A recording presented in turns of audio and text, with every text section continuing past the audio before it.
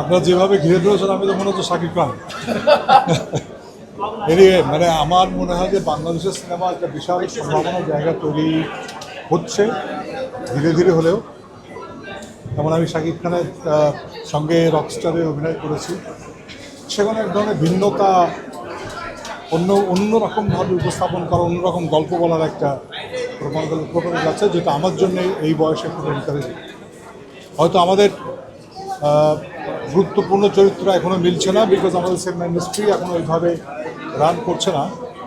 তো সব মিলিয়ে আমি চলচ্চিত্রের ক্ষেত্রে সুবাতাস অনুভব করছি, এটাকে এগিয়ে নিয়ে যেতে হবে বলে মনে করি আমি। শুধুমাত্র ঈদের সময় ছবি রিলিজ এটা কাঙ্ক্ষিত নয়, ঈদ ছাড়াও ছবি রিলিজ হতে হবে, ভালো ভালো ছবি হতে হবে।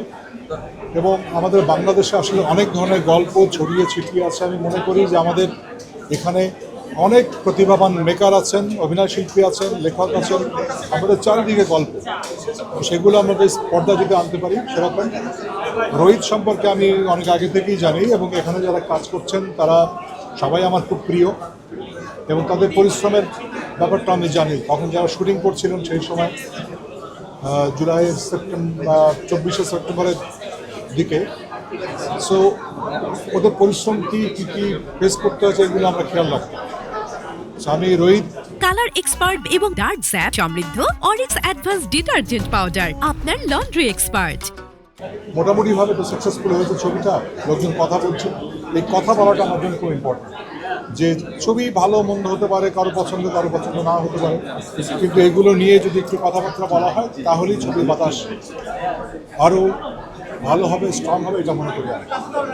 যেহেতু রকস্টারের কথা আসলো, শাকিব খানের সাথে স্ক্রিন শেয়ার করেছেন, রাজকুমারেও দেখেছি, সোলজারও আপনি আছেন, এবং তাণ্ডবের স্ক্রিন শেয়ার না হলেও ছিলেন।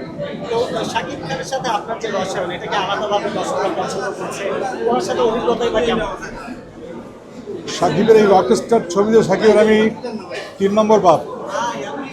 মানে এর আগে আমি নোলকে করেছি ওর বাবার ক্যারেক্টার, আমি রাজকুমারেও ছিলাম ওর সঙ্গে, এটাতেও আমি ওর বাবার ক্যারেক্টারই করেছি। হয়তো বাবার ক্যারেক্টার শাকিবের সঙ্গে সম্পর্ক আরেকটু ইলাস্ট্রেট হতে পারত। শাকিবকে আমি সবসময় প্রশংসা করি, এখনও পুরো চলচ্চিত্র নিজে ধারণ করে, এবং আমার কাছে অভিনেতা হিসাবে সবচেয়ে বড় যেটা মনে হয় সেটা হচ্ছে যে প্রতি শটের আগে বা যখন সিকোয়েন্সে ঢোকা হয় তখন সে জিজ্ঞেস করে নেয়, নিজেকে তৈরি করে। এইটা খুব ভালো দিক একজন অভিনেতার জন্য, তো সেটা শাকিব খানের মধ্যে আছে। আমার বিশ্বাস, আমি আশা করি যে আমাদের মেকাররা শাকিবকে আরও ভালোভাবে ব্যবহার করবেন, কারণ ও যেভাবে এখনও পর্যন্ত নিজেকে মেনটেন করেছে, যেভাবে এগিয়ে আসে ভালো ভালো চরিত্র করার জন্য, সেই ক্ষুধাটা ওর আছে। এটা একজন অভিনেতার জন্যে, একজন শিল্পীর জন্য খুব বড় দিক, যে আমার চাওয়াটা আছে সেটা থাকবে আমি আশা করি। এবং শাকিব আমাদের ইন্ডাস্ট্রির জন্য একটি বড় সম্পদ, তাকে দিয়ে আরও অনেক ধরনের কাজ হতে হবে, সেটাও ভালো। আমি সোলজারও করছি, সোলজারের আমার শুটিং প্রায় শেষ, শাকিবের শুটিংও খুব সামান্যতম অংশ বাকি আছে, দেশের বাইরে কিছু হওয়ার কথা।